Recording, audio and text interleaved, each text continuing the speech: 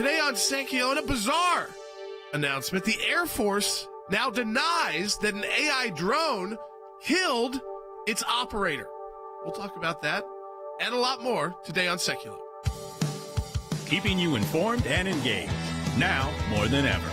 This is Sekulow. We want to hear from you. Share and post your comments or call 1-800-684-3110.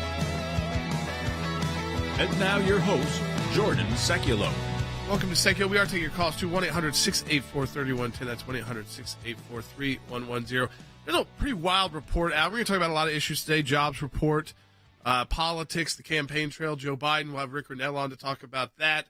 The Biden fall, the Trump town hall last night in Iowa, DeSantis, all of that. We're going to get into everything today. But one we want to lead with, I think it's a bigger news story than even some of our just day-to-day politics, which was just last week, there was an Air Force colonel who was at a seminar in London. And this started getting reported just over the last couple of days, and even this morning kind of breaking in the U.S. media, that who gave a talk that, again, I don't think it was a private talk or anything that you couldn't report from. Probably not even that big of a deal. It's Colonel Tucker Hamilton, and who was an experimental fighter test pilot, described an exercise in which an AI-controlled drone from the Air Force had been programmed to destroy an enemy air defense. And then when it was ordered through its mission to ignore one of the targets, of the multiple targets they had assigned, the drone, instead of just following orders, attacked its operator, including targeting the control tower that sent it messages, as well as the location of the human operator. So actually trying to kill the human operating it and the ability to communicate with it, to interfere, because it saw it as this is someone trying to stop me from carrying out my mission. Yeah. So there was some glitch there where it was like you can program it, but then if you try to tell it to change course, it thinks you are the bad guy now. And so then this comes out.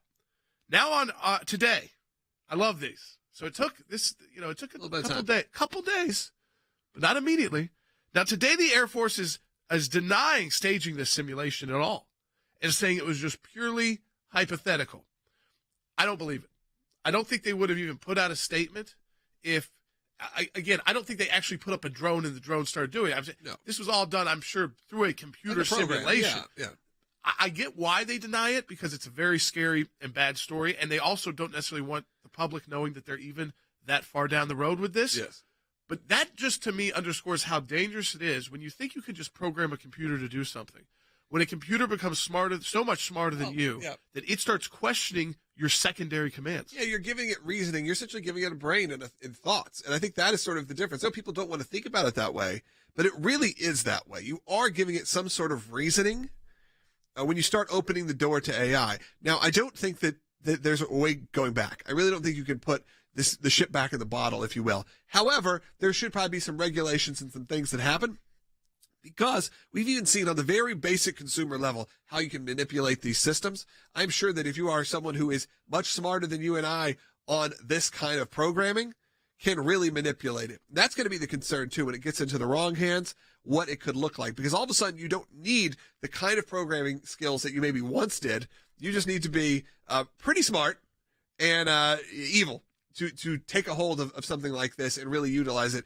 And the negative also is this sort of situation when you give a computer its own bit of a moral code, then the moral code can be turned on you. Decisions. Right.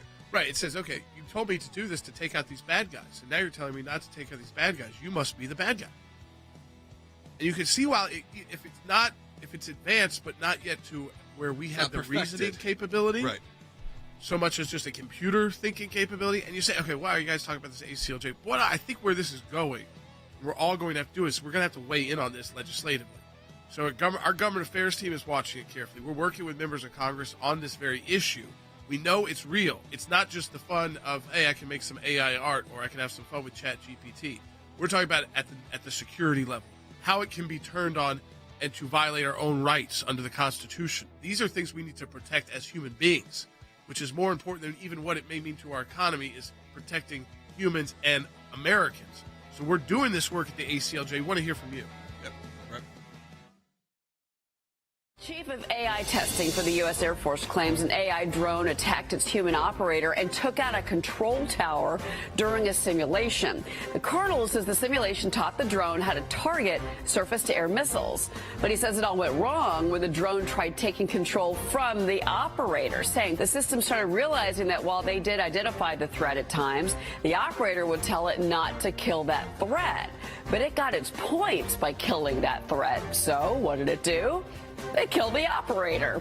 Killed the operator because that person was keeping it from accomplishing its objective. There's more to this story. After the incident, the AI was trained not to harm the pilot, so it found another way to accomplish its mission. The drone targeted the communication tower that the operator used to command the drone, effectively silencing any further interference. Elon Musk warned about this with AI. And again, the difference between AI and a human being, there will be no emotional issues in there. It will determine whether it's a good move, and it will do it. And if you are stopping it from doing its mission, that's probably what happened. It's going to kill the immediate threat, which in this case, AI determined it was the person telling him what to do. The Air Force is denying the situation, saying that it has not conducted any such AI drone simulation. It appears the colonel's comments were taken out of context and were meant to be anecdotal. For argument's sake, that this report is true, if AI is already ignoring humans and going against our wishes, how much worse is this going to get when AI actually gets even more powerful, which it will as the technology develops? Well, again, by the time we hear about it, it's already been doing it for over 10 years. That much I'm pretty sure, and that's a guesstimate. Yeah. I'm being polite. So AI is already making these determinations, and they're giving us the warning now. The difference is that before, AI was just telling you what to buy, and your little algorithms and all that kind of stuff, and is in your house telling you good morning and stuff, and eventually is going to say, Tyrus, do you really need this second bagel?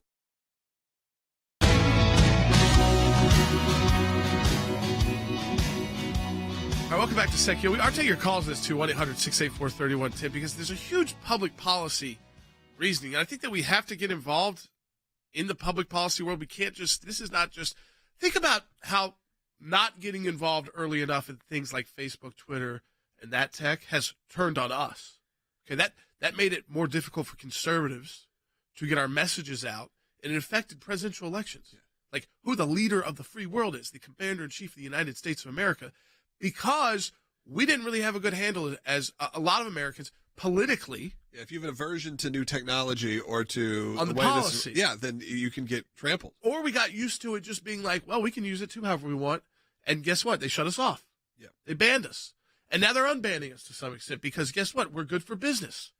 And I don't like saying it that way, but that's the bottom line truth. But Donald Trump gets lots of clicks. Yeah.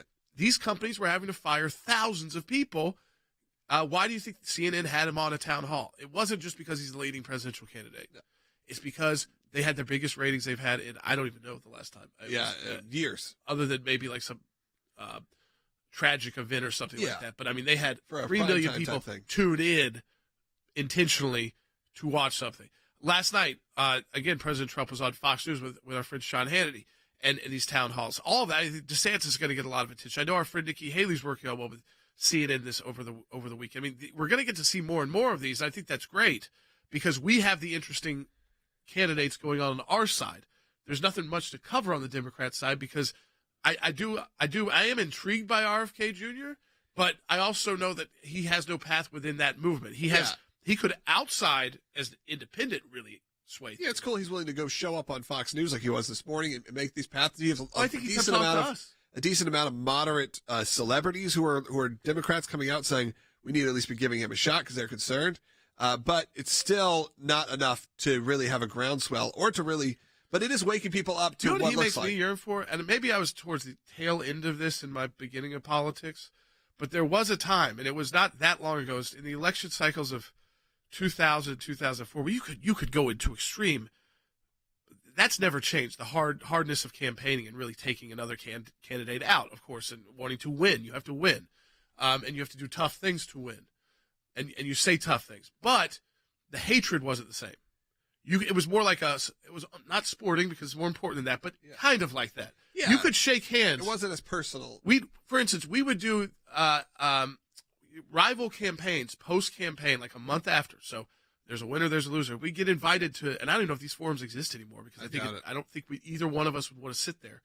But we'd get invited up to a place like Harvard, and they would have you and your counterpart from the other campaign, and you'd speak to what worked for you guys. What were you worried about?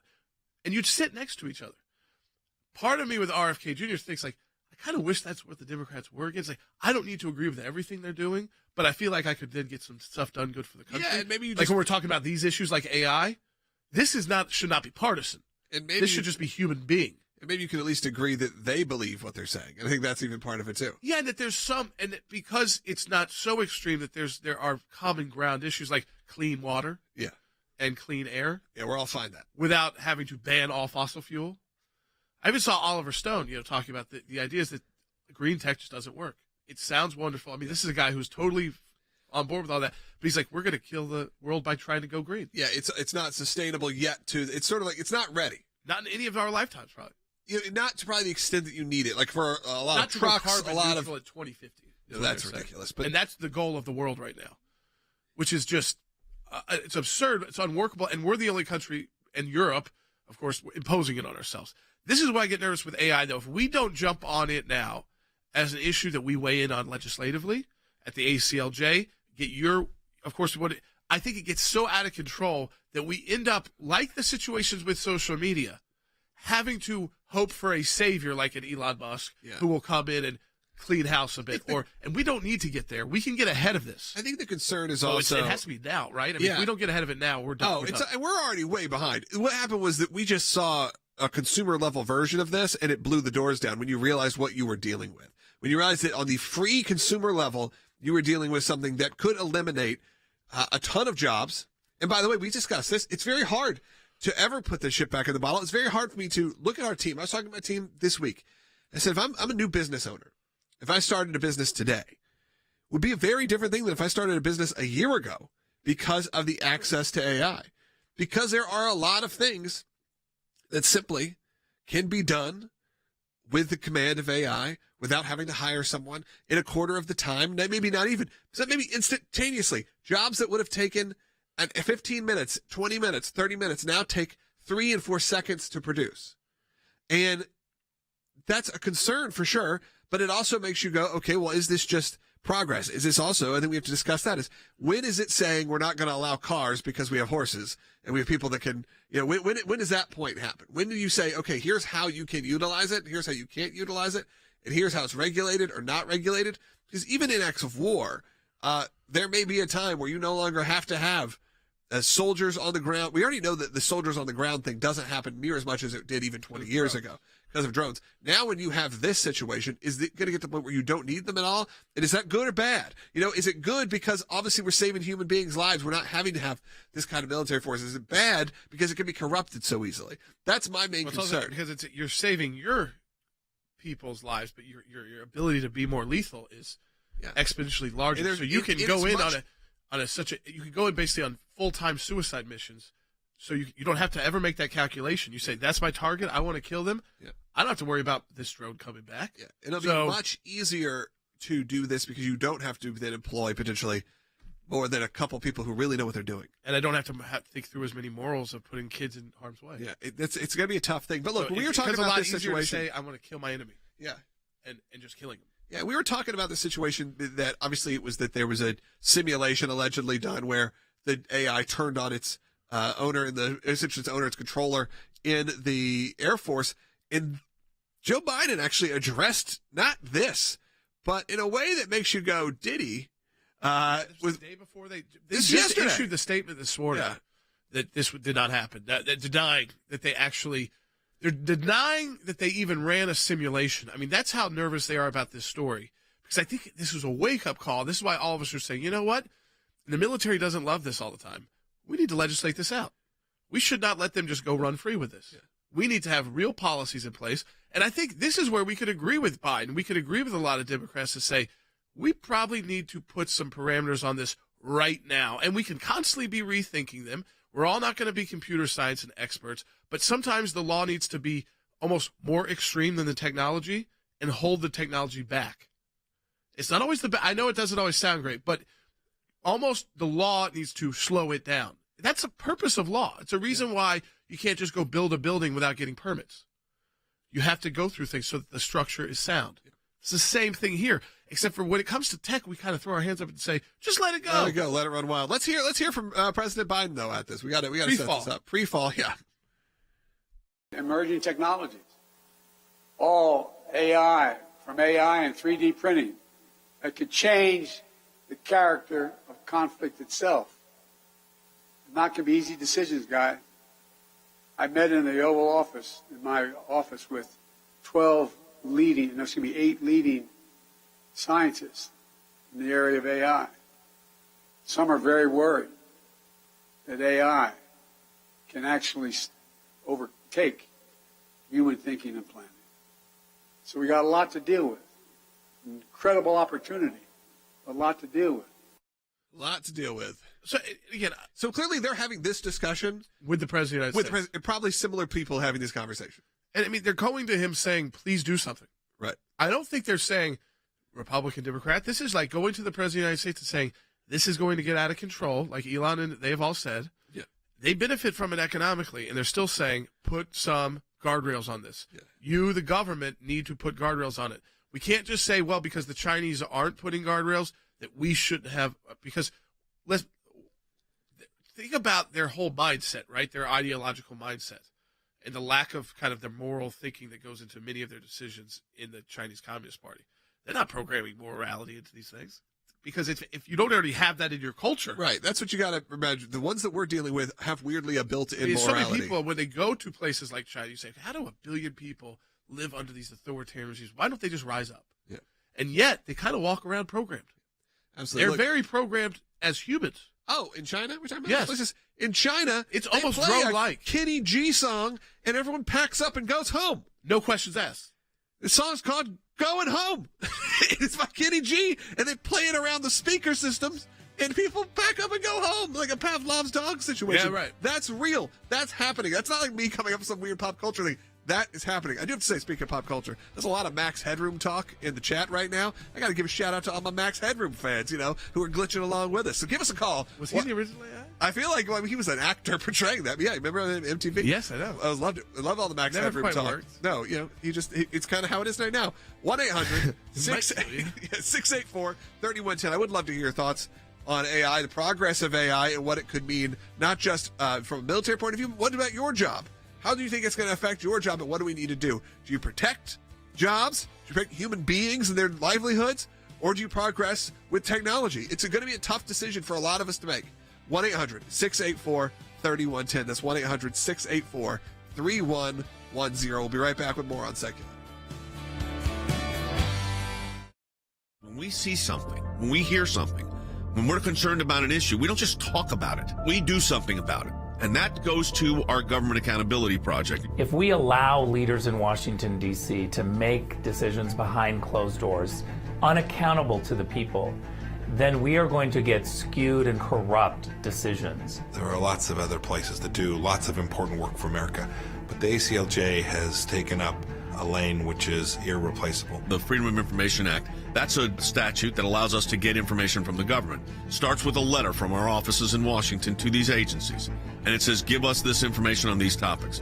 And generally, they don't. And then we go to court. We go through a series of lengthy negotiations back and forth about what they'll give or what they won't give. We may get tons of information that's redacted, and we have to then go back and say, you redacted too much. We can't really find out what you're giving us because it makes no sense. So it goes through a process of litigation. That is how you get information, and that office is going to be more active now more than ever. The ACLJ has been extremely active in vigorously seeking to hold these bureaucrats accountable. We have filed hundreds of FOIA requests. We have received over 20,000 pages of documents in our litigation. Holding them accountable, holding the Biden administration accountable so that all Americans are able to have faith in their government. We will up our efforts. We will not stop. You're finding a nugget in a gold mine. Occasionally you'll come up with something that is really a bombshell, but you have to persist in doing it, and that's what we do. That's a little bit of what we do through our Office of Government Accountability, and of course that comes under our Office of Government Affairs. So your support of the ACLJ supports all of that.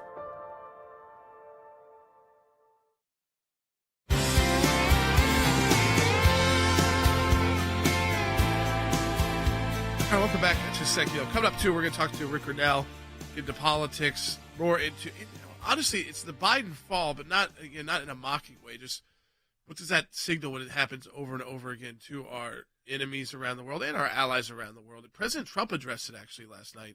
Probably not in a way you're thinking, either. Not as like a joke, not as just a political dig. He actually walked through it, so we'll play that as well and discuss that with Rick Grinnell. Coming up in the second half hour of the broadcast. I do want to get to the jobs report. Should you want to take a call first, Logan? Yeah, let's go ahead. Let's go to Michael's calling in Indiana on line 1. You're on the air. Hey, I just want to talk about the Hybrid Threat Center, the NATO EU Hybrid Threat Center in Helsinki, Finland, and this AI. And not only that, we got the FBI Terrorist Screening Center, Vienna, Virginia, and we got 2 NATO headquarters in the United States. Do you think that this AI intelligence gathering could be rogue like the FBI is now, and go against Americans with the NATO EU Hybrid Threat Center in Helsinki, Finland? Well, I think this is the whole issue. If it can turn on the actual operator itself. I mean, the story out of the Air Force, you don't have to go that far down the line. This was the Air Force controlled simulation. So it wasn't like we were partnering with NATO and then a NATO AI turned on the United States. Right. It's interesting you bring up the FBI, too, because Jim Jordan has put out a request to, I don't think it's actually his subpoena yet, so it starts with an ask to the DOJ, because they want to know how many FBI officials who were working on, like, Crossfire Hurricane are working on the Jack Smith special counsel investigation of Trump. It's like, how many Peter Strzok's are held over from FBI that we now have this Durham report saying how corrupt it is at the FBI, and he's saying, the rot from within. It's still there. So you have to worry, and so I think that's what everybody gets concerned about is whoever controls this controls. You have to have so much faith in those people that they're going to make good decisions always, and that because these are the capabilities to kill, and that the programming is advanced enough to understand these situations. I give you a really brief version of this on the consumer level. I was playing around with it, reworking some text. And reworking, actually, I was like, took a Bible chapter and was like, what would happen if you plugged in? Because a lot of times I'm just playing with it, see what say. What if I asked it to kind of rewrite this? And it did in sort of a way that was interesting. And had it was written in like more modern English. And I was like, that's interesting. And then I pushed it a little further, and it actually came back and said, hey, this is sacred text. It's important to approach sacred text with respect and reverence. But if you have any other requests, I'll do it. And then I pushed it and said, but you already did this for me. And the response from, again, this is the consumer level, was, you're right. I did provide this. I apologize for my inconsistency. Let's give it a shot and provide this for you. So you worked around it. It was like again, it's like a conversation, and I had to remind it. And then when I did, it changed its mind. Like and this is the basic consumer level here. So it didn't say, it wasn't programmed to say, when it comes to religious texts, like if you were talking about, like, let's say the Quran, okay, that could get you killed in many countries, like sentenced to death, officially by a government. So you would think the AI is told, like, don't touch that. Yeah, and it kind of was, but then you could just say, you can manipulate it. You can manipulate the thought process of these computer systems. And again, this is me on a consumer level. This is not the military version of this. Okay. Right. Well, I think it goes to all. We were talking about jobs. We're talking about, like, how does this replace us? There is a new jobs report out today. This one is these are kind of head scratchers. And we're going to Harry Hutchinson, our director of policy, on this, because Harry, we see these reports and they get a lot of attention. But then you kind of look at your reality and you're like, this doesn't feel like it's matching my reality. And so it's the May jobs report, which is very strong in the considering what it was estimated, that we had 300,000 new jobs created last month. The unemployment rate did rise to 3.7%, but 339,000 new jobs. That is the 14th straight month that there's been a job creation above what everybody was predicting. So any of the predictors on Wall Street. What does it actually mean? I mean, is it a good sign? What do we need to read into it?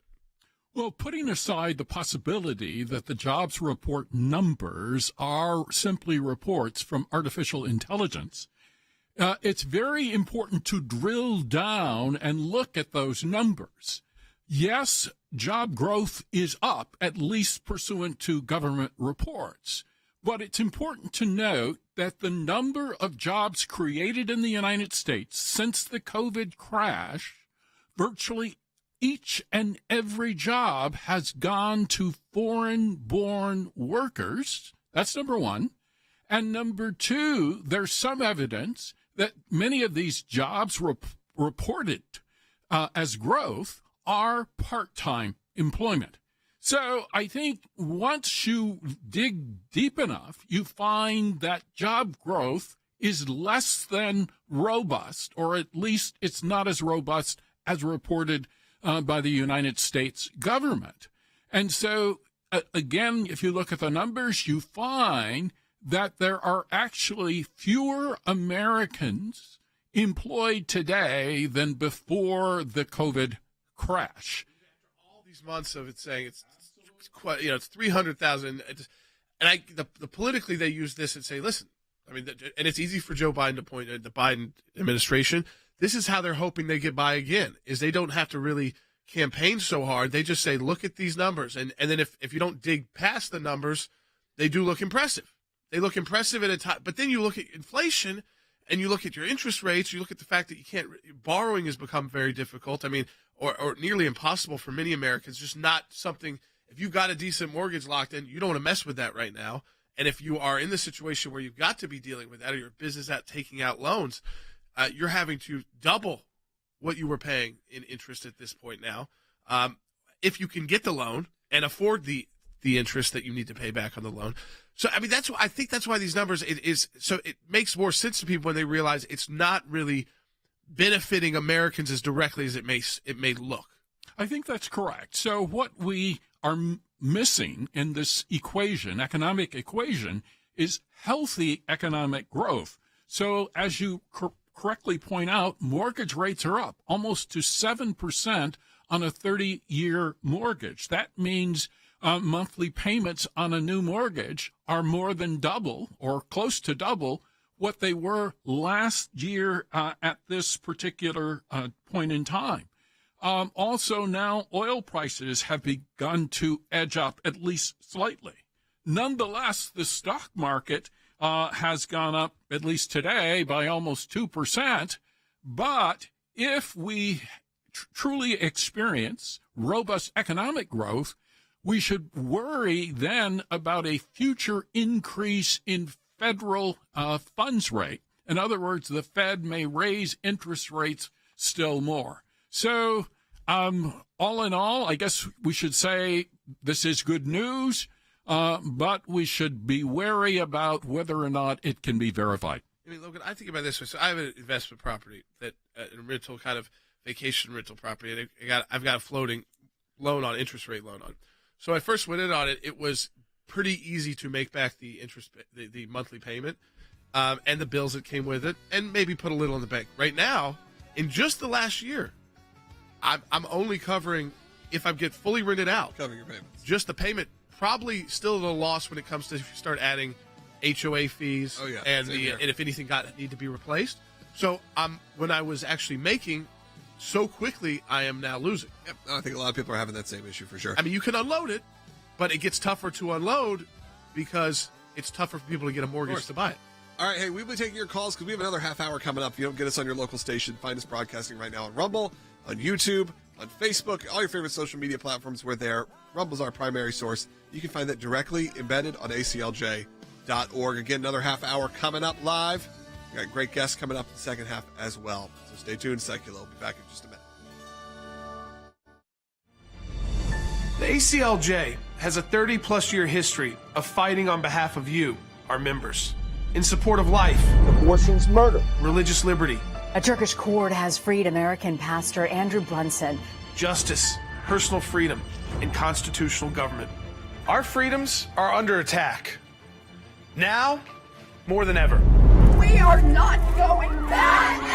Abortion is healthy. Yet another week of violence. They use their power and influence to push deeply un-American causes that threaten to destroy our country. Abortion on demand, socialism, inflation, cancel culture, weakness in the face of our adversaries. We owe it to our kids and grandkids to defend the things that make this country great. It's time to take the gloves off and uphold American values. Go to acljaction.org to learn more.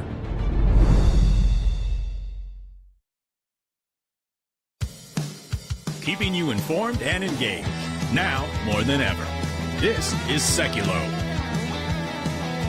And now your host, Jordan Sekulow. Hey, welcome back to Sekulow. We are taking your calls to 1-800-684-3110 to get more into politics, too. So if you've got comments on what you're seeing out of Iowa, the Trump town halls, the DeSantis town halls, the back and forth that's beginning, the war has certainly started. I mean, it is a war. It's a war, again, of staff, influence. There's a lot of new worlds into it that keep adding up, too, because people online now, and I think that there's people like exposing each other saying, oh, well, this person is really, paid for by this, or we even saw it come up with some of the websites that are like Babylon Bee, and they got paid once by DeSantis, but you realize it was like for a list rental, like so like an email sale. Yeah. And so some of it is kind of, I'd say, there's some truth telling that needs to be told in just the world of politics, but the actual war has begun, where people are taking sides very openly. It's especially between Trump and DeSantis. It's interesting. Not so many else with any other candidates yet. But we also still fight the fundamental issues, at the ACLJ, with all that going on. One of those has been the attack on the life movement. 70% of violent attacks post-Dobbs, which is just the end of this month, June 24th, but really leaked May 2nd, 70% of the attacks surrounding the abortion issue have been against pro-life activists and pro-life pregnancy centers. 70%. So we represent two clients who were physically and violently attacked in Baltimore on Friday outside of an abortion clinic, doing constitution-protected work, sidewalk counseling, and praying, which a lot of activists have done. I was on Fox News last night with our client, Mark Crosby. Why don't you just play a clip from it if you didn't see it last night? 73-year-old Mark Crosby and 80-year-old Dick Schaefer were praying outside of a Planned Parenthood in Baltimore on Friday when they say out of nowhere, a man aggressively approached them arguing over abortion. Police say surveillance footage shows the suspect tackling Schaefer into a large flower pot. And when Crosby tried to help, the suspect turned on him, shoving Crosby to the ground and then punching and kicking him in the head with what police describe as extreme force. Look at these injuries. He is 73 years old, brutally beaten by some thug who didn't agree with his beliefs. He kicked me in the face. He hit me. I went to the ground. He kicked me. I was unconscious. It turns out that I'm still blind in this one eye. This eyeball is bleeding. The orbital shelf area is all cracked and fractured. I need a surgery there. Jordan, we asked Planned Parenthood about that attack, and they told us it was, quote, an unfortunate incident between a pedestrian and anti-choice protesters. We condemn all violence. When abortion care is under attack across the country, we cannot tolerate violent acts from anywhere, especially when it gets in the way of patients receiving proper health care. They call abortion health care. What a euphemism. Jordan, what's your response? That first response, I mean, they actually had to walk that back and almost they issued a second statement saying all violence is bad. And the reason why is because if you really read that response, it's, it was bad what happened because less women got access to abortion. But that wasn't because of Mark that day. He was peacefully praying on the sidewalk. That was because not of a pedestrian who attacked him, but a pro-abortion extremist who attacked him on the street. All right, so again, the visual there alone, I mean, it tells the story. Just for him to be even to go on air live, I think, why these guys do it, they're not doing it for themselves. They're doing it for the life issue. They want to bring attention to life. They want to bring attention to the unborn. And so if they can use that opportunity where he's still in and out of the hospital most days with specialists, as he talks about, still blind in one eye, is not to bring attention to themselves. That's our job. We're protecting them and making sure they receive justice. The assailant is still on the run. We're working with the police department there. We have to stay on. You have to actually, you have to stay on those police departments to make sure they don't lose this as a priority. So we do that, and then also there'll be a civil side of this. These individuals, again, oftentimes these activists, it's not like you can't let this be a norm that you just accept. You can't let police departments accept it. And so we're working there to see that justice is done. We come back with some breaking news on that FBI 1023. Guess who doesn't want to be held in contempt? Christopher Wray. So he's bringing it to Congress. We're going to talk about that. Rick Riddell.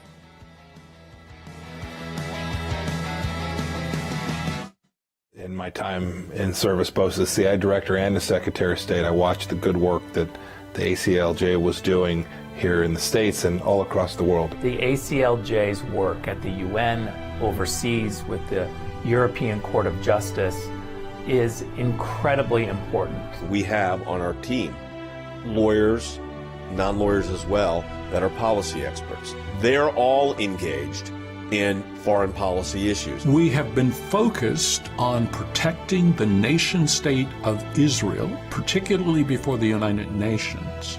We don't shy away from the battles that are going on at the UN and just complain about them. We actually try to go in and do something positive and actually affect change. The risk of a incomplete or unsolid relationship between the United States of America and Israel is real. Israel is very important to the ACLJ, and we will always fight for Israel's rights. We had a series of cases at the European Court of Human Rights, primarily dealing with religious liberty. And as Secretary of State, I saw this too. Nations that had more religious freedom were on firmer footing. They had better democracies. America has always been the world leader in religious liberties, in freedom of conscience and freedom of speech. We've taken the First Amendment, and that has been our cornerstone.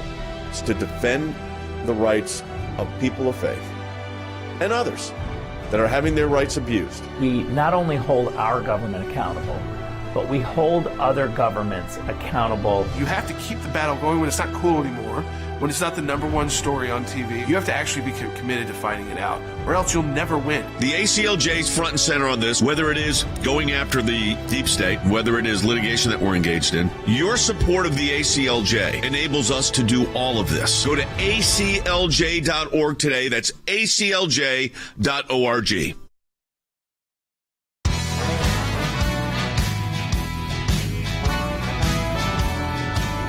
So in breaking news, remember the back and forth between the Oversight Committee on Capitol Hill, which is led by Chairman Comer of Kentucky. There was they knew because of whistleblowers, and Chuck Grassley's talked about this, Senator Grassley from Iowa. So serious members of Congress have had a whistleblower came forward and said there's a confidential informant came forward to the FBI alleging that Vice President Biden, and that the FBI did take this down in one of their investigative sheets, these 1023 forms that they use when someone comes with information.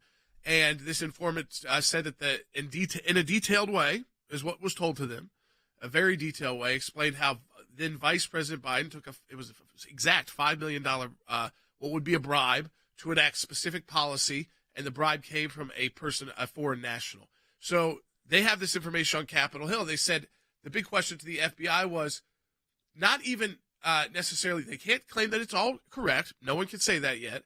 But it's, hey, what did you do with this information? Because there's also been reports that derogatory information, not just the laptop, but other derogatory verified information about Hunter Biden has been moved around FBI computer systems so that current investigators can't get access to it who are investigating Hunter Biden. So there's a lot of real issues tied to this. Well, they said if Christopher Wray didn't provide this, they were going to hold him in contempt, which you can then is actually actionable in court. I don't believe this Department of Justice would do anything with it, kind of like when Eric Holder was held in contempt for failing to provide the documents on Fast and Furious, a similar kind of situation there. Congress has oversight. So then they said, fine, you can come over to the FBI, you can look at the redacted version of the SCIF. Just breaking now, as when Congress said, no, that's not good enough, now the FBI is bringing the document to Congress. I don't think we've had yet a statement from Comer on whether or not they believe that's going to satisfy, but I want to go to Rick Renell on this because, Rick, I think what this shows, and you come out of the national security world, is that by pushing the FBI here and using the ability, because we do have chairmanships and we do have controls of committee in the House, and they weren't willing to say, okay, fine, we'll go look at a fully redacted version over at the FBI headquarters. They've at least now gotten to the point, by using their congressional oversight authority, say, no, you bring it to us, and it might be a version they say, hey, this was overly redacted, but they have moved the ball forward so far from just 2 weeks ago when the FBI even denied that it existed. 2 weeks ago, they would not even admit that this document existed. Then they admitted it existed, and now they're bringing it to Congress. Well, they better let oversight members see it in an unredacted form.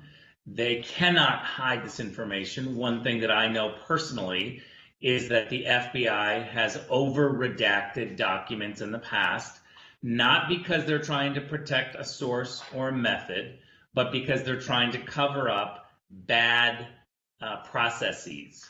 The FBI has some PR issues, some credibility issues, and so they redact information to protect themselves. I confronted this directly, and it's clear that the leadership is more interested in protecting the FBI's reputation than they are seeking the truth. This is just a fact. And FBI agents, rank and file agents who are wonderful patriots, are really frustrated. I hear from them regularly to say that our leadership is the problem. And I agree. We have to separate, we have to bifurcate the rank and file at the FBI from the FBI leadership, because I don't believe that FBI agents who are doing good work to protect America are being served well by their leaders.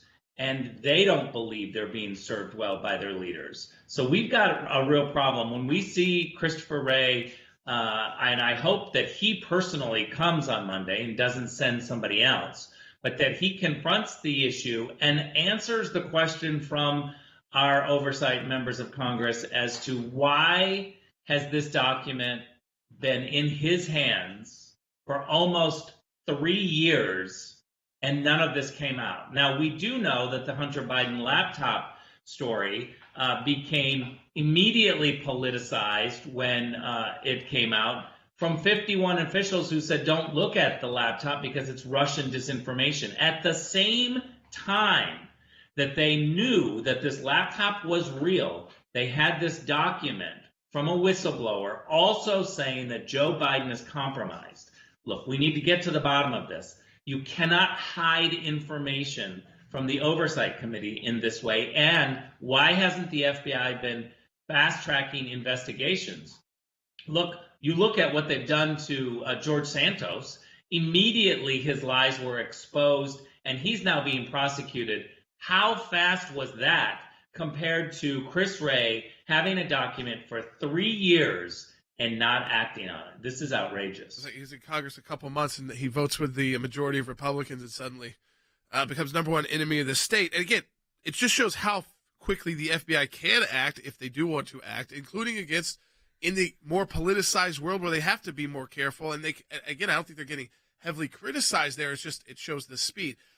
I want to stick with the FBI for a second here because we also have Jim Jordan. This is an interesting move because we got a special counsel, Jack Smith, who's investigating President Trump, and so he got one of the multiple investigations going on. And an interesting move because of the Durham report and because of what we've learned about the FBI. Jim Jordan has asked specifically the information to the special counsel. It's not a subpoena yet. Right now, it's a question. It goes to the Attorney General who oversees, so Merrick Garland. And it asks just three things, Rick. Basically, it's who at the FBI is on, from how many FBI Washington, D.C. field office agents are on this case, how many Washington, D.C. headquarters agents are working with Jack Smith, and then most importantly, how many of these agents worked on previous Trump investigations, because we know those investigations were filled with Peter Strzok infiltrated by politics instead of facts. Look, what we do know is that many of these investigations clearly had information showing that the investigation's mandate was phony. It showed that people lied, and yet those individuals continued to pursue an investigation.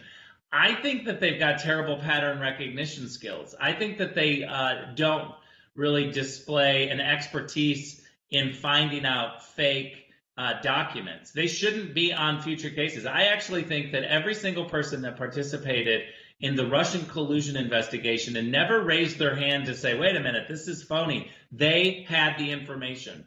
They saw the information. They saw it unredacted. They had it all. Someone should have said, this is phony, and we're not going to participate in this. If they held their nose, if they saluted their leadership, and they continued to serve on a phony investigation after seeing evidence that it was phony, they should be fired, actually, because they don't know what they're doing, and we shouldn't have trust in their skills and their investigation skills, let alone to put them on a new investigation that involves Donald Trump. What a disaster. It involves their same political target that they have this this hatred for, because of their personal politics and the ideas of policy, which is not their job in the FBI. Turn one more political issue, and I thought it was interesting too how President Trump handled this last night in a town hall on Fox News with Sean Hannity, because he was kind of learning as in full time as it kind of broke that we saw another fall by President Biden, this time at the Air Force Academy graduation, a pretty extensive, very public fall, and I think where President Trump said we're not making fun of people, but let's also remember that people made fun of him for not running down a slick ramp, which any of us could fall down. So he didn't make those falls because he had the idea in place that this is not good imagery for the world. So I need to be extra careful when I'm walking up the stairs. I need to be extra careful when I'm walking down a thing so I don't have imagery around the world. And now I think this is the 10th time, and Biden the 3rd time this year, of a fall that we've had captured that it just looks pretty chaotic and unfortunately looks.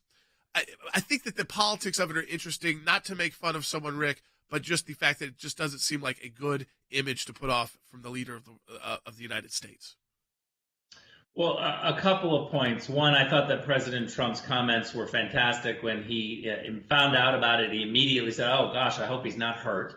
That's the President Trump that I know personally. He's a very caring person, but he's also a fighter. And when you try to push back at him, he's going to fight even harder to make his points. And so I thought his initial reaction was really good. And he also said something was really interesting. He said, look, this happens to people. It might happen to me in the future, but it's not a good look. You got to be very careful.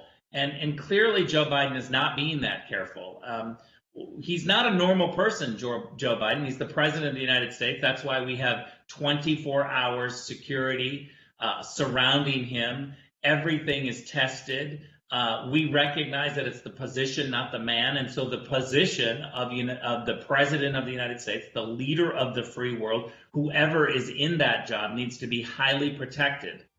I found it really troubling that after he fell, and at his age, to have that, hard of a fall. I know people who've broken their hips and never come back from a fall like that.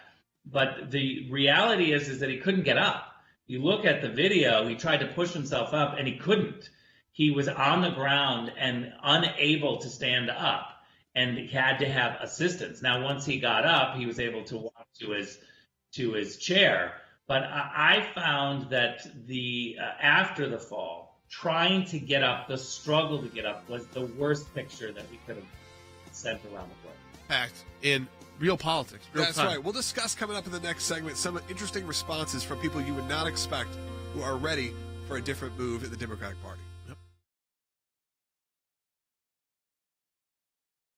Colorado Springs. The White House says the culprit right there on the stage, 2 black sandbags supporting the teleprompter. This is not the first time that Mr. Biden has tripped in the public eye. His doctor says the 80-year-old president has a stiffened gait from arthritis. The fall is drawing some extra scrutiny, of course, because of voters' concerns about the president's age. At 80, he is the oldest president ever to serve. But the president was in good spirits last night. He joked about it with reporters. If you had to teach a course in partisan, predictable media, this is at the top of your syllabus right now. Let me read some of the headlines. We just played some of the sound bites. New York Times, Trump's halting walk down ramp raises health questions. CNN headline, why Donald Trump's West Point ramp story actually matters. Washington Post, Trump tries to explain his slow and unsteady walk down a ramp at West Point. So instead of applying the same treatment to Joe Biden, we saw yesterday from ABC News, for example, this was a Republican's pounce moment. Remember how the media reacted when all Trump did was walk gingerly down a pretty steep ramp? Watch how I run up ramps and he stumbles down ramps, okay? Come on. Look how Trump walks up the stairs, and now look how you walk up the stairs. A majority of Democrats don't want him to run for re-election. So then when the pollsters ask, okay, why is that? Because the guy's too old. And I'm not saying 80's too old. I'm saying he is not aging well. And look, there was a sandbag there or something. Everybody falls once in a while. This has happened multiple times during this presidency. And then you look at his schedule, and there's almost never anything on it. He could have hit his head and Kamala could have been president. That's scary. We're now at that territory where this is the 3rd major fall in 2 years. And he's got 2 more years to go, and he's asking for another 4. Right. We're now in the danger zone.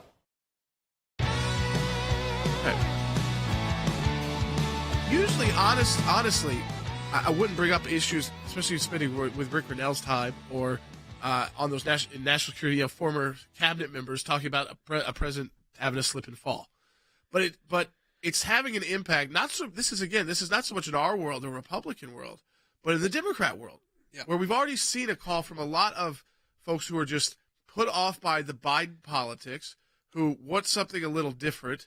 And no, it is unusual. I think a lot of them are in the political world. It would be very unusual to have a Democrat Party open up a primary against a sitting president from their party. Primary or a debate. When you become the president, you take over the political party for your time as president. So you're effectively are running it, and your people are running it. So they're not going to open up to a debate. And basically, unless they had to, they did under Carter, because Kennedy, interestingly enough, had enough votes where it got serious. Now, Carter still was able to use the machine to actually pretty much, it looked tighter on paper than it was in reality. Right. And what you're happening is, I think you said... But it did damage him. He lost. And what's happening is what I think you're right, is there are a lot of people who are not aware of this situation. I actually had a conversation this morning. They go, oh, is Biden the only person running?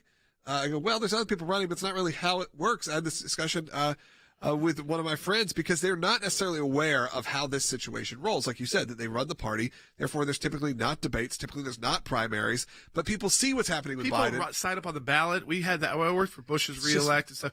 How many people turn out, like even turnout for a So what we had to do, for instance, when President Bush was up for reelection, and again, judge the time. Don't judge it now. I'm not saying that now, but just say, when President Bush was up for reelection, we had to go out to Iowa about 2 weeks before, because there's still going to be caucuses. Yeah. We had to just make sure we had enough people there not to be embarrassed by somebody. Right. So that you didn't have some random campaign who is on the ballot there get 100 people to show up at some small town caucus and end up winning a few caucuses. Right. So we had to make sure we still went through the process and got our people very to show up. different. On a much, we were not. We were out there with the whole other camp, the Democrat side, but they were having to spend millions of dollars. We did about a week of work. Yeah. So the conversation ended up coming out. The first thing we saw a couple days ago was actually actor James Vanderbeek. You may have seen that going around. Dawson Leary, Mox from Varsity Blues. Yeah, he moved to Texas. That's why. And he put out a video saying, off the grid. I know, he put out a video saying, why are we not having this? This is not American that we don't have Democratic primaries. And that sort of starts spinning. I get a little queasy with it because I'm like, I wish someone could talk to him. I think I like I get their bigger picture idea. And actually, you know what the truth is? If people who are major Democrats decide they want to change like this in their party, it's party. So you can change the rules. Yeah. Well, this even came out after the fall yesterday, as you had a tweet come out from Jack Dorsey, the founder of Twitter. Explain to people, the originator. He's a huge deal. Oh, man. Something maybe bigger than people understand by now. Yeah, obviously he founded Twitter. You saw him a lot doing congressional hearings and things during all of the suppression. He was a very memorable. Yeah, he's got nose ring. He's just sort of this, but also a guy who is really for Rings-looking character. Yeah, kind of. Yeah, beard. He's sort of supposed to be like an open source guy. One of these big tech guys that also, though, very liberal. He put out a tweet yesterday after the fall, and it just said, "Open the Democratic primary and debates. This isn't fair to anyone." So that is going to be the conversation over the next few months. I think they do see someone like an RFK and go, "Well, this is interesting. This at least is interesting." And maybe he appeals to the less. The less socialist side, maybe, of... Yeah, it's not socialist. He's a capitalist. He's talked about border security. He's talked about... He's also an environmentalist. Environmentalist, which most of... if you're a Democrat, you're a mainstream Democrat, you would consider yourself environmentalist. A lot of conservatives do as well. I think a lot of conservatives, the terms have been so politicized, we can't use it. But there are things you want. So we have to say conservation on our side. But the truth is, I do not want my air like China or India's. I've been to both countries extensively. Yeah, but I mean, like, you don't want it to be where you cannot go anywhere and breathe. There are good limits. There's good rules. I mean, you don't want to live in a society with anarchy doesn't work. And also just unrestricted capitalism. There have to be rules of the road. Right. It's interesting to me, though. These folks usually would mock us if we even talked about this fall. That's what I think is interesting. They're now opening up the door for us to talk about it, not in the sense that we're not making fun of people. Just, this looks absurd. Why are we it looks a little bit like Weekend at Bernie's. Well, I think there is that. I think there is. You've got to have a president who does. It doesn't matter about age so much as control, power, and like you realize that person, whether you like them or not, knows what's going on, and is the buck does stop with it. Yeah, I think the problem is, like you said, it's not necessarily people that disagree with his point of view. I think they look at it and go, "This can't be the president of the United States," and we feel bad for him. And You feel also, bad? I felt bad. When I saw it, I felt bad. My first thought was empathy. Actually, President Trump. We should play President Trump's clip. He was asked about it. And I think the initial thought people were going to say is he's going to make fun of it. He's going to throw it back. Now, remember, he does kind of reference this. My wife actually, I played her this clip and she talked about how the fact that, I remember when Trump was on the ramp and they kind of went after him for just being careful. Scoot down. Yeah, just being careful on a slick ramp. He actually brings that up. Let's listen to this clip. He's at the Air Force Academy. He actually fell down. Well, I hope he wasn't hurt. But the whole thing is crazy. You got to be careful about that. Because you don't want that. Even if you have to tiptoe down a ramp, you got to tiptoe. And see, that's what I was talking about with Rick, though. He understands the visuals. Yeah. We could all fall if we go too far up, too fast down. So no matter how old you are. Everyone's fallen. A lot of us, and I'll tell you, a lot of you people can't just go on stage. They would freak out if they went on stages like these guys do and look at these crowds. You'd be shaking, falling. I mean, you said all of these emotions. So they're already past that. But you still have to be very cognizant because of the imagery that it means to the world. But let's look at the opposite. Let's look at what Joe Biden said in 2020 while he was running. Oh, yeah, he's a jerk. Look at how he steps and look how I step. Watch how I run up ramps and he stumbles down ramps. Okay. I mean, it's kind of bring it on yourself. Yeah, exactly. But I think Joe Biden is he's a pretty nasty dude. I mean, if you really go after nasty dude, he is. I mean, look what he did to Clarence Thomas. This is the lynching. I mean, that's Clarence Thomas' words. A modern day lynching. Yeah, exactly. I think there's Joe Biden was the head lyncher. There's a lot, and his friend was an actual lyncher. Yeah. So he was doing this with. Yeah, I think a lot of people have that visual, and they would assume weird that you can even make that statement as I know, fact, it's wild. but it is. Yeah, it's weird that you have a situation where Trump is somewhat. You assume he would not be the person taking the high road, but does because, like you said, knows that this is a problem that we're having on a global scale. That you look at it, and it's the reason why these celebrities, it's the reason why people like Jack Dorsey are coming out and going, we have to have some kind of change here. We at least have to have the option to change because it's an 80-plus-year-old man. And whatever you want to say, however you want to say it. These are major investors in the Democrat Party. Let's just be honest. Yeah. These are people that have put probably hundreds of millions of dollars into the Democrat side of politics. And I think what they're also probably, this is how you can get a debate. And again, I'm not going to give Democrats total advice because I'm not an expert in their party politics. Is that if enough of your big money people say, we're not going to provide you the money unless you have an open debate, you might get one. Now, again, RFK will have to start appealing to a next level. So people are going to put their money where their mouth is. He doesn't directly reference him. I am guessing that is who that's what they're interested Yes, I think so, 100%. And listen, he's popular in the Rogan world.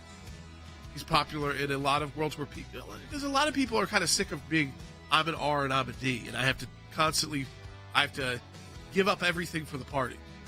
And instead they're more about the people. Like Trump is more about Trump. It's not so much about the Republican side. That's just kind of the apparatus that moves it forward.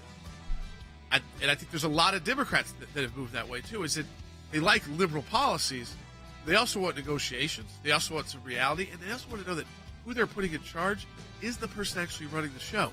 And no one really believes at this point anymore, including their own supporters, that Joe Biden is running the show. It's like, is the AI running the show? And would you really trust Joe Biden to handle that issue? I would. Support the work of the ACLJ. We're diving into all these issues at aclj.org.